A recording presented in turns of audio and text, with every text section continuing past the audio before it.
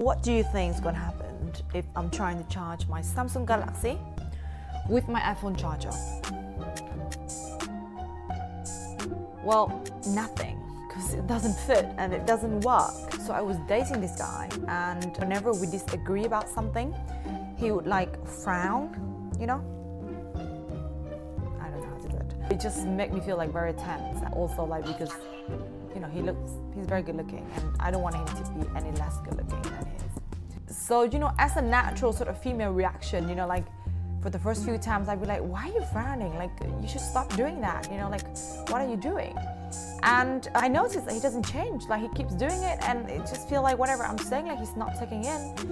And the second is that I do not like myself. By the way, ladies, do not nag, do not complain, okay? It never works in a man, it's only gonna work in the opposite direction, and there's nothing gonna be good coming out of that. I myself didn't like to be nagging, like I naturally just don't like to be this person in general.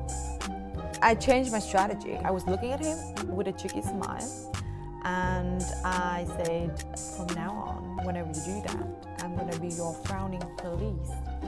And what you're gonna hear is, frowning, frowning, which makes him smile immediately. And a few times after that, you know, like whenever he does that again, you know, like unintentionally, I do nothing, I would be smiling, and I would do, frowning, frowning. Do you know what? It worked like a charm.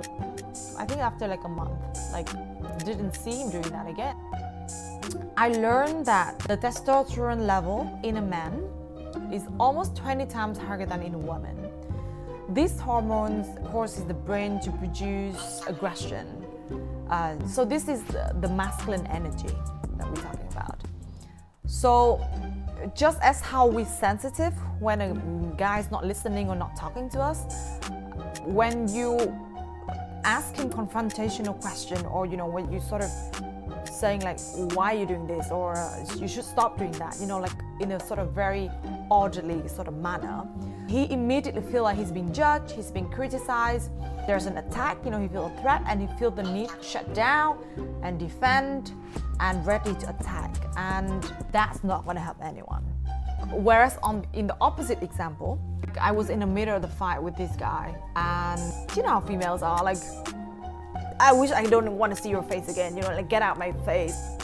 He just sort of like look at me like very calmly. He just reached out his hand, hug me, like just hold me and hug me very tightly, and just sort of like, and I was, you know, doing this like, get away from me, right? But he just calm, he's stable, he's solid. He just hugged me and hold me and just tapped my shoulder, and you know, like just doing this to my hair, and he said, baby, I love you.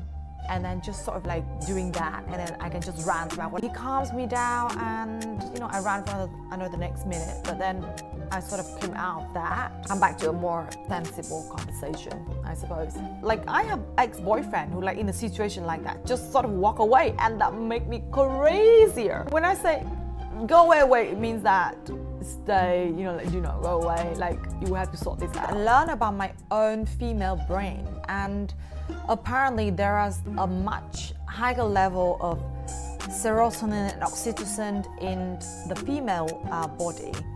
And serotonin is a calming hormone, and oxytocin is a bonding hormone. So guess what? When he hugs me and holds me and soothes me, he's doing a calming act, right? It's a physical act to calm me down, and it's also a bonding hormone. He's holding me closer to him physically, and that immediately increased these hormones level in my body at that time, which sort of helped me to escape from a fight or flight mode into a nurturing mode and surrendering and just be calm and peaceful.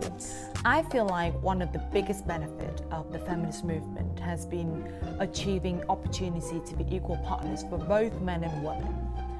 But I also feel that we as women will never be fully liberated and free to be queens unless we are also be free of our own misconceptions about our partners, including the idea that we think the same, speak the same, and are motivated by the same thing.